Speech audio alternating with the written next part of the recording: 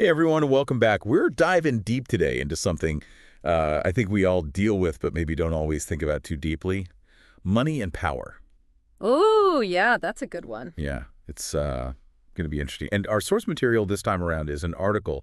It's about a conversation with a guy named Robert Breedlove and his ideas about how money and power, how they kind of shape things. Well, and what I find really fascinating about this Breedlove guy is Yeah. he doesn't just see money as like dollars and cents. Right. He calls it a language of power. Like how we think about money and use it actually influences who has power. Yeah. From like individuals all the way up to like whole societies. Oh, okay. Yeah, I see what you mean. So it's not just like practical stuff. It's like Yeah. a bigger picture kind of thing. Exactly. Okay, I am so in for this. Right.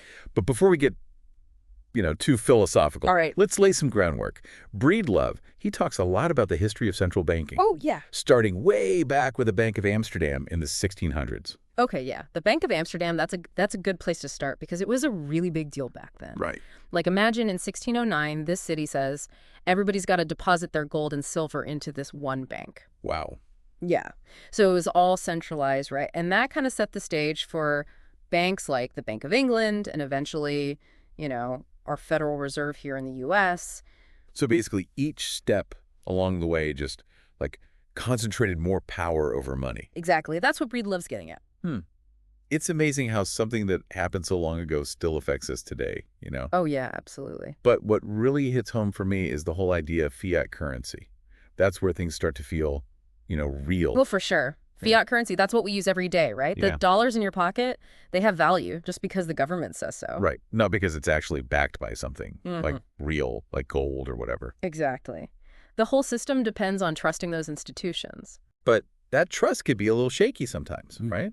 I mean, Breedlove even points to examples where central banks kind of mess things up, like printing way too much money or messing with interest rates just to, help out politicians or whatever. Yeah, that's a great point. And that's where this idea of, what is it, trust minimization comes in. I think it was Nick Szabo. Oh, yeah, I've heard of it. Yeah, he's a computer science guy, right? Yeah. But he talks about how a good money system shouldn't rely too much on trusting other people. Like we shouldn't have to just blindly trust institutions to always do the right thing. I can totally relate to that. Like, sometimes I think about inflation or the economy, and it makes me nervous because it Yeah. feels like things are out of my control. Like, what if my money's suddenly worth less? Exactly.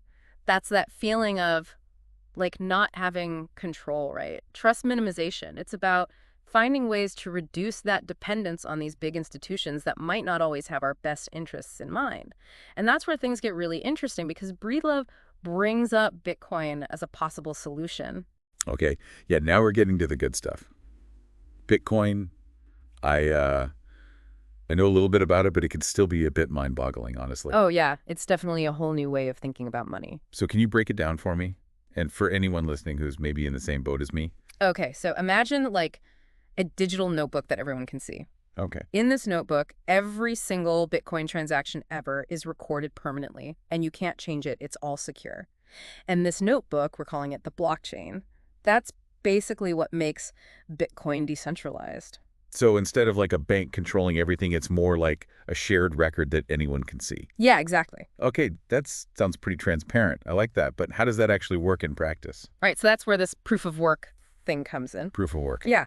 So to add new transactions to the blockchain, this digital notebook we were talking about, powerful computers have to solve super complicated math problems. And this takes a ton of energy and computing power, kind of like mining for gold. Well, wait, so you're saying Bitcoin, this digital currency, is somehow like physically mining for gold? Well, it's an analogy, but yeah, it kind of helps explain why people see Bitcoin as valuable, like gold. It's not just created out of thin air. There's real effort and resources that go into making it. Plus, there's only a limited amount of Bitcoin that will ever exist. 21 million, to be exact. Oh, wow. Okay, so that's a big difference from like regular money, which the government can basically just print forever, right? Exactly. And that's one of the big arguments for Bitcoin. Because the supply is limited, it's supposed to protect against inflation, like we were talking about earlier. Okay, I'm starting to see the bigger picture here. So we got this decentralized system, this proof of work thing that's kind of like mining for gold, and then a limited supply to try to keep inflation in check. Yeah.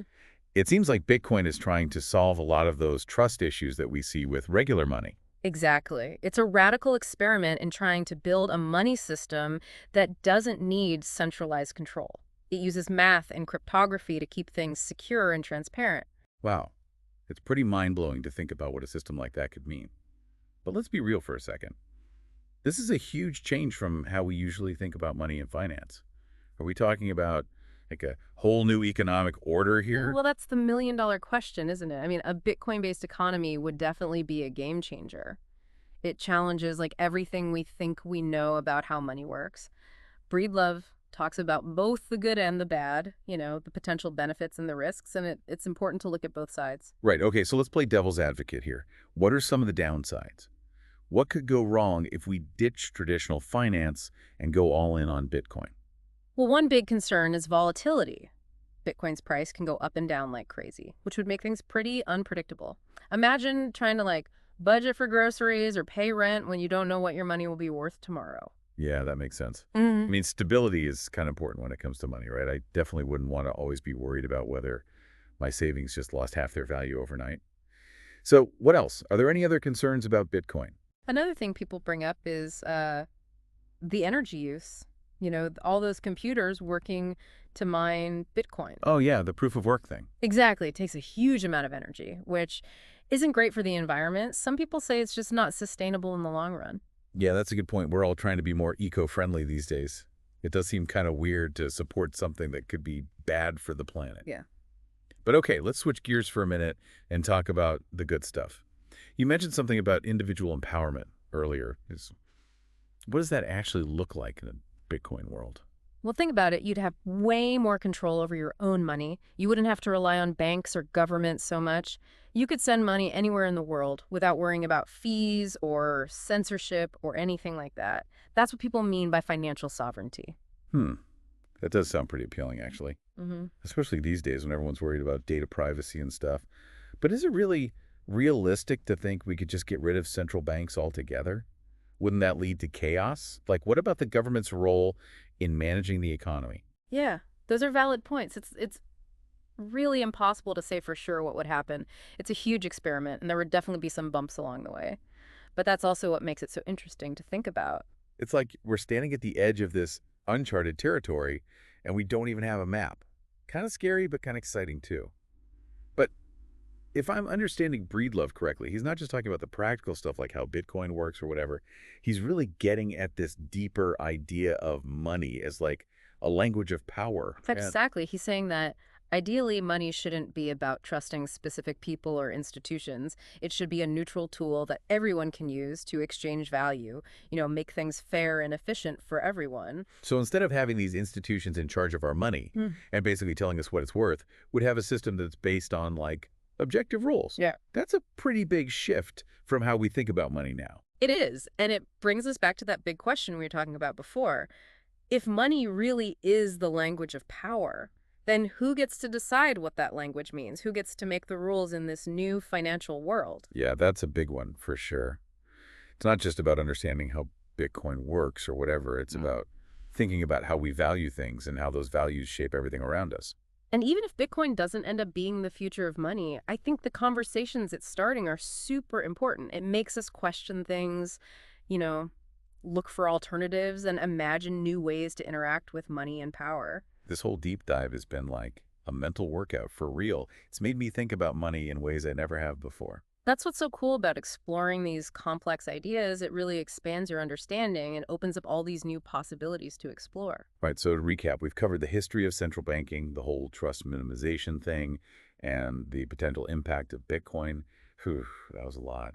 We've seen how money has changed over time, Yeah. from gold to fiat currency, and now this decentralized digital thing. It's pretty wild to think about. Yeah, it really does feel like we're at a crossroads. Like the old ways of thinking about money are being challenged like never before. It's a time of big changes and a lot of uncertainty, for sure. But I think that also means there's a lot of opportunity. We can use this moment to rethink our relationship with money and power and decide what kind of financial future we want to build. Yeah, it really does feel like we're at a crossroads, Like the old ways of thinking about money are being challenged like never before. It's a time of big changes and a lot of uncertainty for sure, but I think that also means there's a lot of opportunity. We can use this moment to rethink our relationship with money and power and decide what kind of financial future we want to build. I love that perspective. Instead of being afraid of the unknown, we can actually try to shape the future. But where do we even begin? It's easy to get overwhelmed with all this talk about Bitcoin and blockchain and all that stuff. It can feel so abstract, Like, how does it actually affect my life? That's a really good point. Sometimes these big ideas can be kind of intimidating, but remember, at the end of the day, money is just a tool, right? It's a tool we use to exchange value, build wealth, participate in society, all that. So instead of getting lost in all the technical stuff, we should focus on like the basic role of money in our lives. Like, how does it affect our choices, our opportunities, how much control we have over things? Exactly. And when you start looking at it that way, the conversation becomes a lot more personal and relevant. It's about asking yourself questions like, do I feel like I'm in control of my finances? Do I trust the people who are managing my money? What kind of financial future do I want for myself and my family? Whoa, those are some heavy questions. And I think they really get to the heart of what Breedlove is saying with this whole language of power idea. It's not just about Bitcoin or any specific technology. It's about recognizing that money has this power to shape our lives in huge ways. And understanding that power, being fluent in that language, like you said before, it's super important if you want to navigate the financial world successfully. Okay, so let's recap for a second. We went through the history of central banking, we talked about trust minimization, and we explored the potential impact of Bitcoin. Wow, that was a lot to cover. Yeah, we really did go deep this time. We saw how money has evolved from gold to fiat currency, and now we've got this whole decentralized digital thing happening. It's a crazy time to be alive. It really is. And it leaves us with this one final thought-provoking question to chew on. If money is the language of power, then what does it mean to be fluent in that language in the future? Yeah, will we keep relying on these big institutions to control everything, or will we move towards a more decentralized approach where individuals have more control? It's something we all need to think about as we navigate this new financial landscape. It's definitely a question without easy answers, but it's a conversation worth having. This whole deep dive has given us a lot to think about. Thanks for joining us on this exploration of money and power. We hope it's made you curious and maybe even a little bit empowered to engage with the financial forces that shape our world. Until next time, keep asking questions and keep exploring.